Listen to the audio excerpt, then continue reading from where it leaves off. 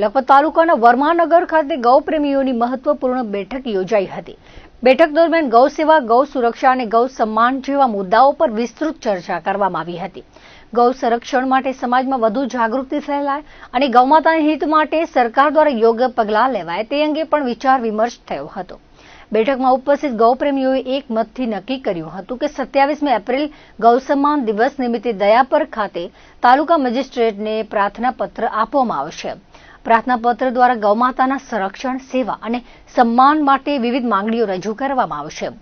ગૌપ્રેમીઓ દ્વારા રજૂ થનાર પ્રાર્થના પત્રમાં મુખ્યત્વે 3 મુદ્દાઓને પ્રાથમિકતા આપવામાં આવશે, જેમાં ગૌ સેવા અંતર્ગત ગૌમાતા માટે યોગ્ય સંવર્ધન, સંશોધન અને સરકાર તરફથી પૂરતું અનુદાન મળે તેવી માંગ કરવામાં આવશે. ઉપરાંત ગૌ સુરક્ષા અંતર્ગત સમગ્ર ભારતમાં ગૌ હત્યા સંપૂર્ણપણે નાબૂદ કરવામાં આવે અને ગૌમાતાનું કાયદેસર સંરક્ષણ વધુ મજબૂત બનાવવામાં આવે તેવી રજૂઆત કરવામાં આવશે. ઉપરાંત ગૌ સન્માન અંતર્ગત ગૌમાતાને રાષ્ટ્રમાતા તરીકે માન્યતા આપવામાં આવે અને તેને મૌલિક અધિકાર પ્રાપ્ત થાય તેવી માંગ પણ કરવામાં આવશે. બેઠકમાં ગૌપ્રેમીઓએ જણાવ્યું હતું કે ગૌ માતા ભારતીય સંસ્કૃતિ અને પરંપરામાં મહત્વનું સ્થાન ધરાવે છે, તેથી તેના સંરક્ષણ અને સન્માન માટે સમાજ અને સરકાર બંને મળીને પ્રયત્ન કરવા જરૂરી છે. બેઠકના અંતે ઉપસ્થિત ગૌપ્રેમીઓએ આગામી કાર્યક્રમને સફળ બનાવવા માટે એકતા દર્શાવી હતી અને વધુમાં વધુ લોકો જોડાઈ ગૌ સંરક્ષણ માટે અવાજ ઉઠાવે તેવી અપીલ કરવામાં આવી હતી.